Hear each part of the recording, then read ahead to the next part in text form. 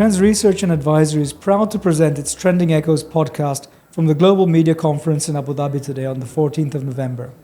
My name is Stephen Scarlett from the Trends Global team, and this afternoon's topic is climate adaptation. Joining us today is Dhabya Al Qubaisi, who is the country's file supervisor in European political affairs at the UAE Ministry for Foreign Affairs and International Cooperation.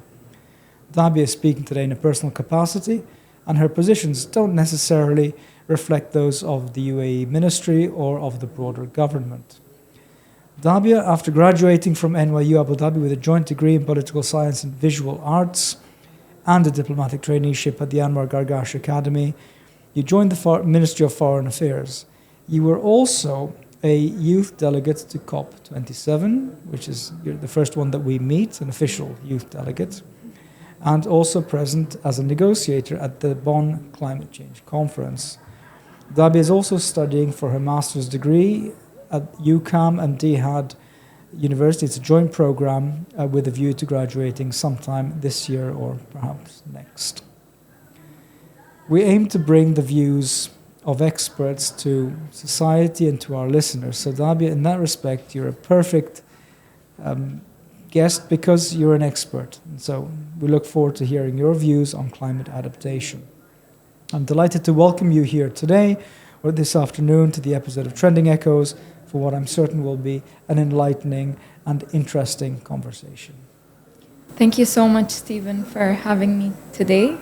I am really honored and happy to be part of this conversation, and I appreciate it.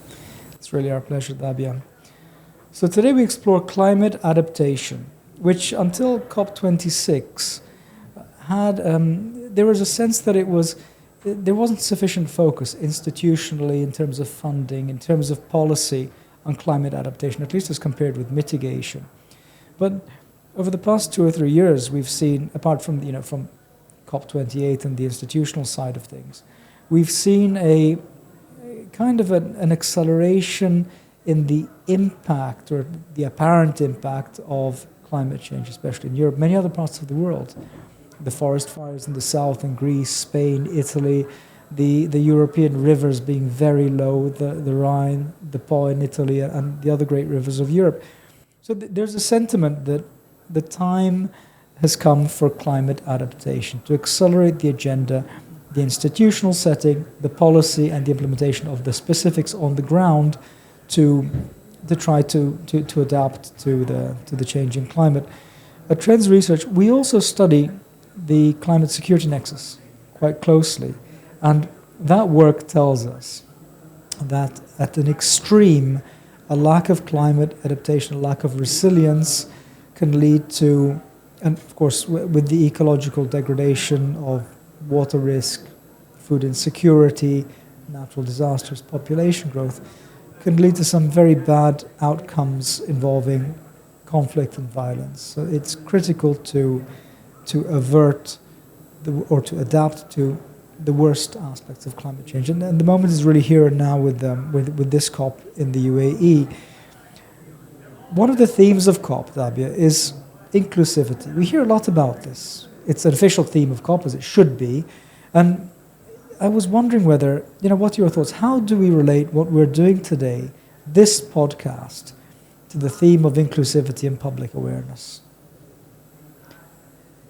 This was a very interesting introduction to your question, and I have to say I agree with you in all of what you said. Adaptation wasn't really receiving enough attention in previous COPs up until Glasgow COP26. Right.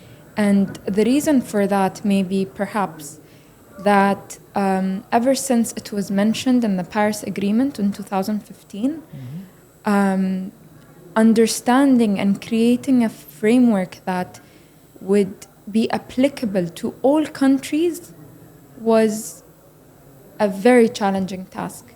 Because if we sit today and we look at what adaptation means to an oil-based country, or what adaptation means to a small island country, or to a country that has all its economy is based on agriculture, how do you create a framework that's a fit-all everybody, right? framework? Yeah.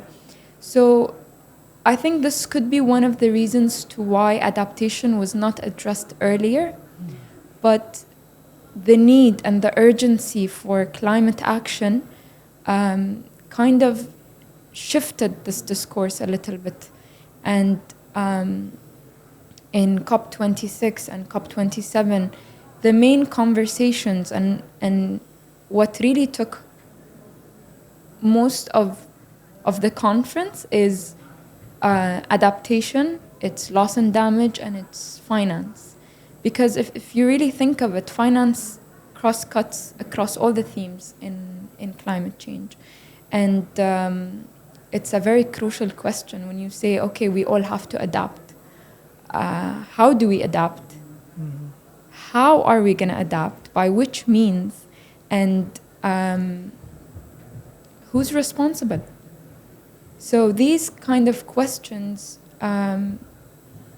really raise certain efforts, certain frameworks to be addressed. On another note, in terms of inclusivity, I will quote here Dr. Sultan Al-Jaber, the president of COP28, who said that UAE is aiming for COP28 to be an inclusive, leave no one behind COP. And I remember the first time I heard him say it on stage. I had goosebumps because a worldwide challenge such as climate change is not really only about climate change. You cannot talk about climate change without addressing certain issues, without addressing adaptation, without addressing funding, without talking about infrastructure, without going into technical details on how each country will be acting, behaving, and supporting as well. Very interesting. It's about the implementation and the specifics ultimately, and how people's lives are affected. How do you see that the community here in the UAE or internationally, the education system, schools, the public awareness side of things? How do you see that developing in the future? Do you think that it will receive a big, obviously a big boost from this COP? But what are some of the mechanics? How will it change with respect to how it is now? I'm glad you asked this question because going to COP27 as a youth delegate, first of all, I was astonished by the amount of youth I saw in COP27. Really? And the efforts that the UNFCCC and all the organizations that are collaborating and working with the UNFCCC have put in terms of including youth to have their voice within these meeting rooms, within these negotiations.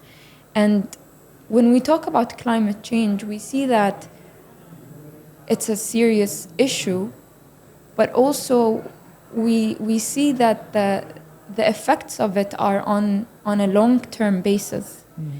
And so when we think of that, who's really going to be affected in this long term? It's the youth and the future generations. Right. And so it was very important to include the voice of the youth. And to add on what you said, during my time in the Bonn Climate Conference, which is a conference that happens between every COP and another, and this one was called SB 58. So during that, I was able to see the efforts and the voices of the local communities. Because when it comes to policies and implementation, you have almost two ways of doing it. One would be starting from a policy, high level, government level, and it would go down all the way to... Top down. Yeah. Mm-hmm. And you have also the other way, which is starting from the people, from the local communities, going all the way up to inform the government and the policies of a country. And so in this sense, when addressing climate change, we cannot have a gap between the policies and the societies and communities of people. And so this really shows the importance of raising awareness, of being part of this almost change, if you wish to say. And adding more on that, I think here we are today in this podcast. Definitely we are contributing to raising this awareness, because when we sit and we share our experiences, when we have these conversations regarding climate change, adaptation, we do create a new common knowledge that will inform how people behave, how climate change will be addressed by individuals themselves. And I think it's really important. So I really appreciate you having me here today. Well, that's very well put, Dhabya. We as a think tank, our main thing is to contribute to the discourse, to the intellectual, to the thought leadership. And so that is, in a way, I mean, you've put it very eloquently, that is what we're doing here today. I was fascinated to learn about the role of communities at Bonn. So are there communities which are more active? They were mostly from, which part of the world, or which how are they organized when you say these active communities at Bonn?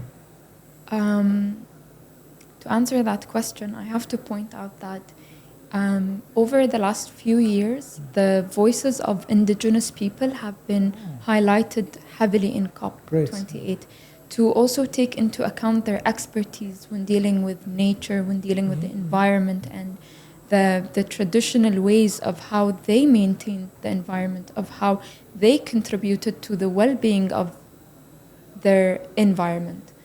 And so that is one example, in the sense that there are groups of indigenous people from different parts of the world who would have a seat on the table in terms of sharing their expertise and also informing their current situations back home and what is exactly happening with them. And alongside that, there are many NGOs who are partake in COP28, and not just in the sense that they are part of the events and the informing of people and all that, but also they are part of the negotiation rooms. They get to attend. And one thing I really found very interesting is that the role of research and think tanks in climate change negotiations. And that's in the sense, if we sit in a room, and let's say we have 27, or let's make it more realistic, 192 members who are having a conversation on how should we adapt. And this is just an example, so it doesn't really reflect any reality. I'm just doing it for the sake of explaining my point. These 192 members who are having this conversation, let's say they struggle to find a common ground for an agreement that they could all agree on. A think tank organization or an entity that is attending this negotiation will take note of this challenge that they are facing, and could go and provide research and explore thinking outside the box, other options that could work for the 92 countries or the 92 members in this situation. And so this was one of the highlights for me, honestly, in any multilateral organization meeting that I've attended. And it's how it's an ecosystem of decision making. It's not one, it's not just states, it's people, it's entities, it's research and scientific informing. It's really so much more than just what we might think it is. Very interesting. These are insights we can only get from somebody who's actually sat at the table, right? Because we don't really know. The negotiations are largely closed door, so it's very unusual and fascinating to hear about some of the dynamics going on behind the scenes.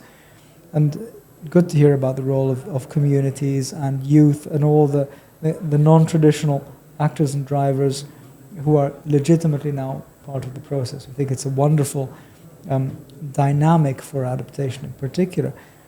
So, again, in terms of adaptation, what were the main insights that you drew from, for example, COP27 and the Bonn conference? Did you see much actual progress, or was it just the multilateral agreement side of things? I think it's a difficult theme in COP in general, because adaptation really hits on more than one aspect of climate change. Having that said, the progress is actually very slow. It's been very slow, but I'm very optimistic. I don't think that having slow progress would mean that it's not going to happen, or it's not going to receive the crucial or the importance it deserves. But I actually, on the contrary, really believe that this is the time to amplify the importance of adaptation. And I say that not only because as adaptation and what it means, but also adaptation is really a cause for loss and damage, which is another theme of COP28, COP27, climate change in general. Of course. So if countries and states do adapt in a manner that enables them to minimize the loss and damage, then we will not be required to overwork ourselves into creating a bigger fund for loss and damage, into going extra miles in that sense. So it really, the conversation of loss and damage starts with adaptation. Right, of course it does. Dhabya, when you mentioned the role of think tanks, of course I was delighted to hear that think tanks have a role to play in a multilateral climate setting. And it brought to mind the launch of a report recently. It's called the Ecological Threat Report. And that report identifies on a global basis the countries that are most vulnerable in an ecological threat sense. So natural disasters, water risk, food security, and so on. It identifies these countries globally in terms of which country could be pushed over the edge by a scenario of ecological threats, climate change-driven threats, and degenerate into conflict and violence.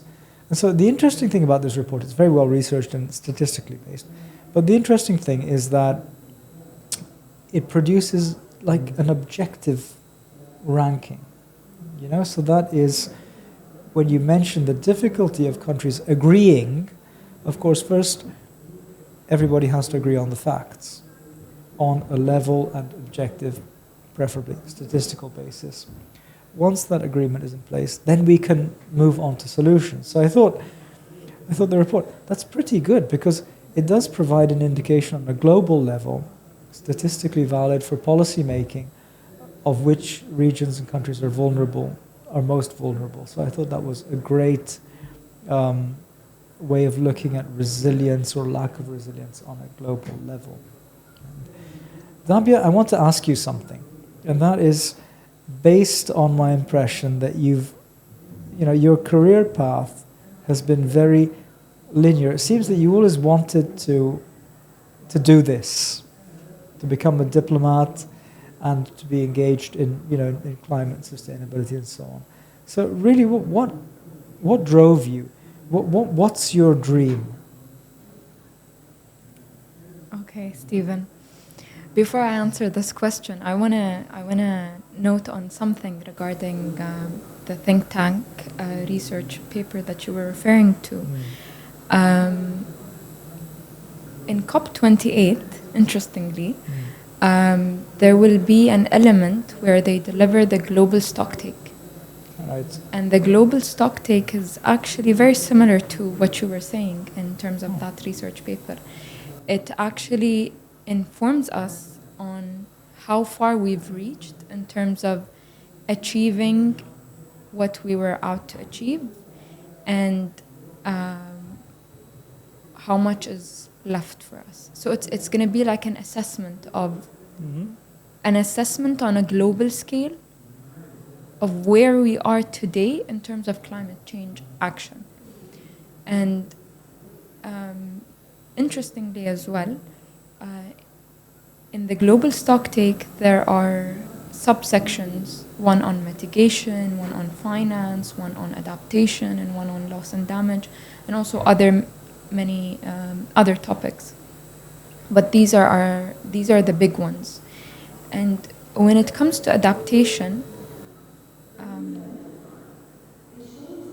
the conversation is still going in terms of agreeing on the framework, agreeing on the sovereignty of states to deliver their own plans of adjustments and implications, but at the same time adhere to an international claim on adaptation. And so these elements are still going back and forth in order to deliver an outcome for adaptation. And what I believe makes it a little bit more challenging than mitigation, perhaps, is that adaptation is harder to quantify in terms of data. Because mitigation, you have a degree that you want the temperatures to stay within. So that's quantified in a way. But how do you address measures that are qualitative? How do you address these measures when it's a different set of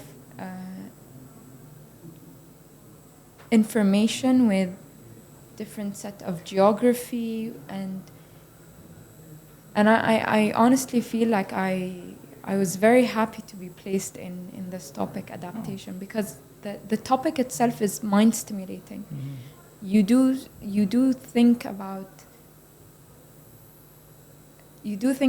how a common ground will be reached, and you don't lose hope as well, because you want everyone to be happy. So I thought that was interesting to share as well. And it certainly was. In order to answer your question on my dream, I've always knew that I wanted to take a path that would involve people, and it would involve policy, and I would also have an artistic element to it. I still don't know how all these factors will interplay together. I am in the course of finding that out. But so far it's been great, because I think I found myself in diplomacy for sure. And I really look forward to how I will be combining art and diplomacy, given that I am an artist myself. And I do believe that art serves as a medium for many things, and it could be used for great purposes in that sense. Well, art plays into it also plays into the public awareness aspect of whichever theme it's associated with. And are you aware that we have commissioned an artwork for COP28? I am aware. So we've done that, and the thinking behind it is quite, it's quite sophisticated and combines various objectives and also the relatability of art. Art is universal in a sense, in the same way that climate change is universal and climate diplomacy is a universal impulse. So we're doing that.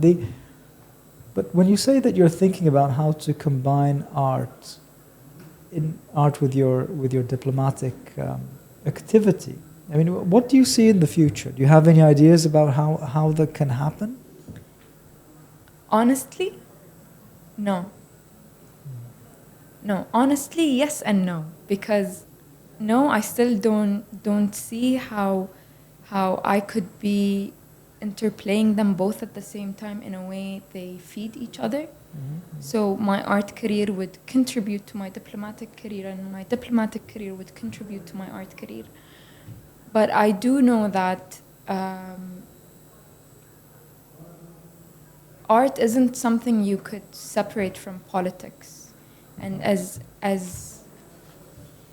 a way, they almost seem that they're on completely two different grounds. Actually, they are very intertwined. Because if you look at history and you look at the role art played in many of historical facts and historical contexts, you'd see that it was always there. And art will always be a medium for humanity, a medium for community and expression. And I think those are important things to have around politics. Absolutely. When you're talking, it came to mind that when we read history, we read about empires, inevitably it's the cultural production that remains. 100%. If you think about the Parthenon, the great classical sculptures, or indeed any cultural production of any civilization, that's what remains. Once people move on, the art remains and the culture remains.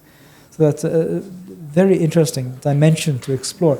I was also curious, Dhabya, about your master's in humanitarian aid and development, because that takes you in a slightly different track, although of course it's a major instrument of foreign policy, humanitarian aid. But how do you see that? Do you see it as separate from climate diplomacy, or do you see it as more related to the traditional instruments of foreign policy?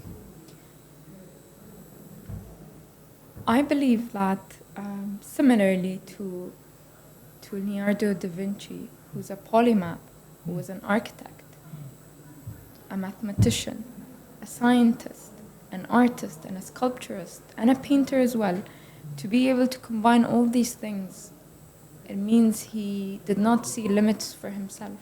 He didn't think, oh, I had this brush, I am a painter for the rest of my life, and that's all I'm ever going to be. And I think we should be open to having multiple layers of experiences and expertise, and not limit ourselves to maybe one field. And by doing that, I believe we harness deeper set of values that will cross-cut across all these fields. So as an artist, I become very empathetic, and I become very aware of emotions, very aware of sociology as a science and its impact on society and the phenomena that happen in a society, to have that awareness.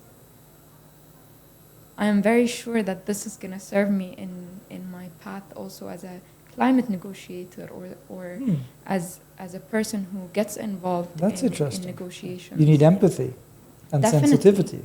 Definitely. I think those are the most important things for a negotiator and I don't want to limit it to just a negotiator. I understand. But I think these values are very important to have and harness in general. They certainly are. In research, we do what's called multidisciplinary research. The concept is perhaps not as rich as value laden, but the idea is to get many eyes, many perspectives, and that can only enhance the quality of the work. Dhabya, we thank you very much because you've brought an incredible amount of diversity of perspective. At the beginning of this conversation, we expected to talk about climate adaptation, but you've interwoven certain elements very convincingly, and that I think will enrich not only your work at the foreign ministry and your participation in COP, but also the broader climate efforts of the UAE and globally. So it's been wonderful to have you here today. We thank you very much, and we look forward to connecting again with you in the near future. Thank you so much, Stephen. I had a really good time having this conversation with you, and really appreciate your deep, nuanced questions. Thank you so much. Very kind. Thank you again.